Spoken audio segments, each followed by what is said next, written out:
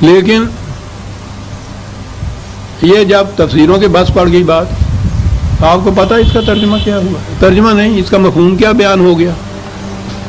قیامت تک کے انسان یہ تھا قرآن نے جو کہا، بعد میں جتنے آنے والے بعد میں ہیں ان کے لیے بھی یہی ہے نصاب، یہی ہے کتاب، یہی ہے نبوت، یہی ہے رسالت۔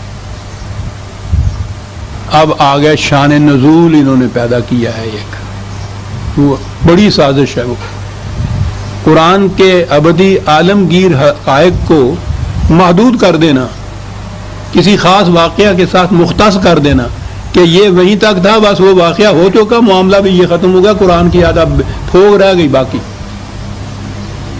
یہ میں کیا کیا عرض کروں کہ کس کس قسم کی یہ سازشیں ہوئی ہیں، اس کے شان نزول ہو گئے۔ قرآن کی آیت تھی کہ قیامت تک کے لیے یہ نبوت اور رسالت باقی رہے گی، شان نزول آئی۔ بخاری کی حدیث میں ہے کہ جب یہ آیت نازل ہوئی تو صحابہ نے پوچھا کہ حضور یہ کون سی قوم ہوگی جو بعد میں کہی گئی آنے والی ہے، کوئی خاص قوم؟ آپ نے اس کو ٹال دیا۔ پھر اس کے بعد دوبارہ پوچھا گیا،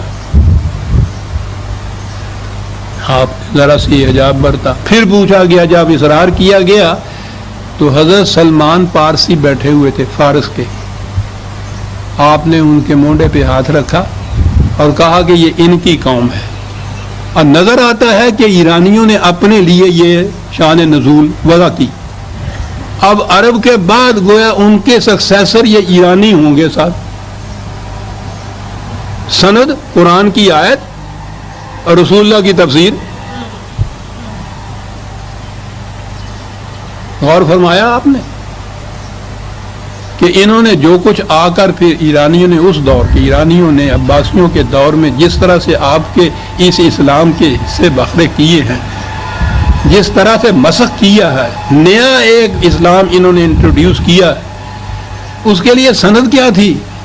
سند یہ تھی کہ رسول اللہ صلی اللہ علیہ وسلم نے فرمایا تھا کہ عرب کے بعد یہ ایرانی ہیں جو اسلام کو سنبھالیں گے۔ وہ عرب پہلے ہو گئے حضور کے مخاطب، بعد میں لما یلحقوا بہم میں ہو گئے ایرانی، اور باقی ساری دنیا جتنی بھی ہے وہ پھر ضلال مبین میں ہی رہی۔ ان کے لیے تو پھر قرآن رہا ہی نا اس تفسیر کے بعد۔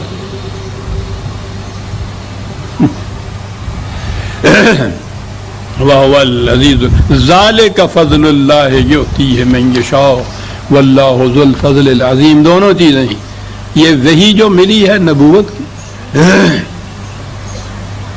نبی کو وحی کا ملنا صرف خدا کے فضل پہ منحصر، یہ اس کا اپنا حاصل کردہ تحصیل کردہ نہیں ہوتا، اکتسابی علم نہیں ہوتا، اپنی محنت سے پانی پیوں گا،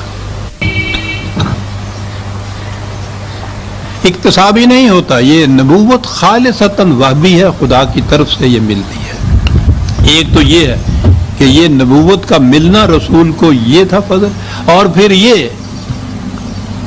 کہ یہ جو رسول ملا ہے اس امت کو، یا یہ جو نظام ہے اس رسالت کا، یہ خود پھر اس امت کے لیے، انسانیت کے لیے بھی فضل خداوندی ہے کہ اس نے طریقہ بتا دیا۔ یہ اس رسول کے متعلق دوسری جگہ ہے، وہاں قد من اللہ علی المؤمنین، یہ احسان خداوندی ہے مومنوں کے اوپر کہ ان میں اس جیسا رسول بھیج دیا اس نے صاحب، اور یہ پوری انسانیت کے لیے احسان خداوندی ہے۔